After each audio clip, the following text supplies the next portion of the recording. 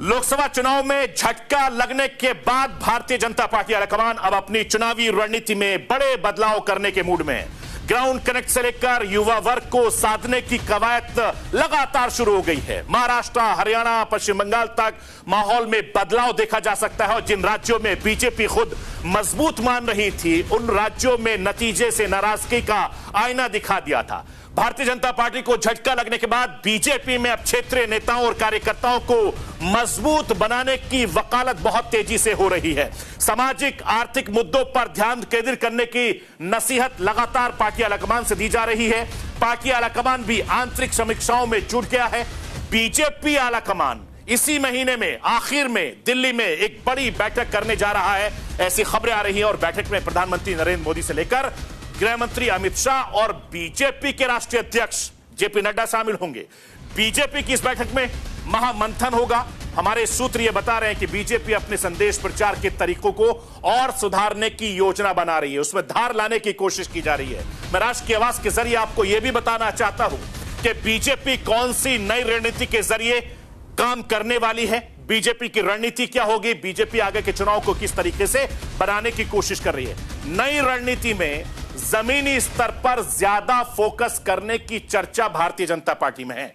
इसके अलावा क्षेत्रीय नेता और कार्यकर्ताओं को सशक्त बनाना, चुनावी राज्य जिसमें हरियाणा, महाराष्ट्र, झारखंड की नई रणनीतियों पर काम को तेज किया जाएगा। इसके अलावा महाराष्ट्र, हरियाणा में भारतीय जनता पार्टी के नेतृत्व वाली एनडीए सरकार के बड़े फैसले ले सकती है और इन राज्यों में बीजेपी सरकार युवाओं से लेकर महिलाओं और किसानों के हित में बड़े फैसले ले सकती है। इस तरह की खबरें हमें मिल रही हैं। मैं आपको यह भी बताना चाहता हूं कि लोकसभा चुनाव में बीजेपी ने 400 पार का नारा जरूर दिया था, लेकिन भारतीय जनता पार्टी महज 240 सीटों पर सिमट कर रह गई। सरकार बनाने के लिए अपने दम पर बहुमत भी हासिल भारतीय जनता नहीं कर पाई। एनडीए के सहयोगियों की बदौलत बीजेपी ने देश में तीसरी बार सरकार तो बना ली, लेकिन भारतीय जनता पार्टी गलतियों पर पर्दा डालने के बजाय सबक के तौर पर ले रही है। और यही वजह है कि खराब प्रदर्शन को लेकर सबसे पहले उत्तर प्रदेश यूनिट से रिपोर्ट तलब की गई है।